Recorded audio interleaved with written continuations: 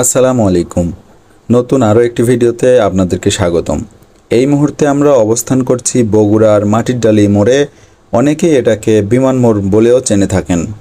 আপনাদেরকে আজকে আমরা দেখাবো যে ঈদের ঠিক পূর্ব মুহূর্তে এই মাটিরডালি বিমান মোড়ে মানুষের জীবনযাত্রার কি অবস্থা এবং যানজটের কি অবস্থা। উত্তরবঙ্গগামী যে বিশেষ করে রংপুর, দিনাজপুর, সৈয়দপুর, ঠাকুরগাঁও, নীলফামারী, পঞ্চগড় এলাকার যারা বাসিন্দা রয়েছেন, বগুড়াতে যারা জব করেন, বগুড়ার আশেপাশের জেলাগুলোতে যারা জব করেন, তারা সবাই বাড়িতে ফিরে যাওয়ার এক বিশাল ধুম পড়ে গেছে। সবাই বাড়ির উদ্দেশ্যে রওনা হয়েছেন।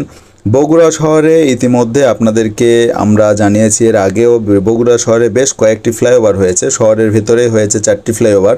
আমি টোটাল 4টা ফ্লাইওভারের ভিডিও নিয়ে একটা ভিডিও করে আপনাদেরকে দেখাবো।